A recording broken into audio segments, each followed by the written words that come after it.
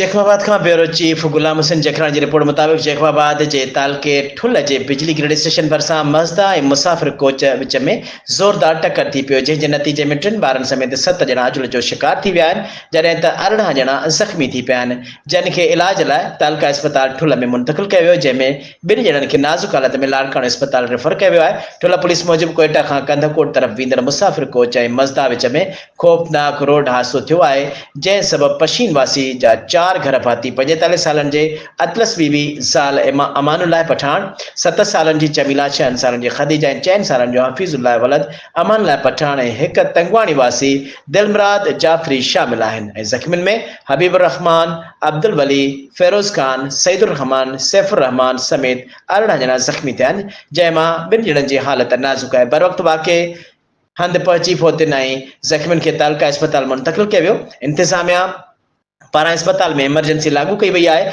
गाड़ियूं पंहिंजे तहवील में वठी छॾियूं आहिनि ऐं फ़रियाद मूजिबि केस दाख़िल कयो वेंदो।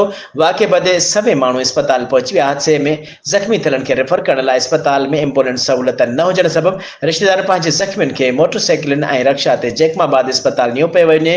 ज़ख़्मियुनि जे वारसनि ॿुधायो त अस्पताल में न डॉक्टर आहिनि, न ई वरी एम्बुलेंस मौजूदु आहे। मजबूर थी मोटरसाइकिल ऐं रक्षा ज़रिए ज़ख़्मियुनि खे जैकबाबाद ॾांहुं खणी वञूं था ऐं होॾां मालूम थियो आहे त 2 ॼणा ज़ख़्मी थियल फौत थी विया आहिनि। वाक़े जी ख़बर पवण ते वारसनि में कोहराम मतल आहे। इलाइक़े में सोग वारी सूरतहाल छायल आहे। होॾां वारसनि लाश वसूल करण लाइ ठुल रवाना आहिनि ऐं असिस्टेंट कमिश्नर ठुल गुलाम अब्बास सदायो पारां लाशनि ऐं ज़ख़्मियुनि खे पंहिंजनि इलाइक़नि ॾांहुं मोकिलण जो पिणु जोॻो बंदोबस्त करे वरितो आहे।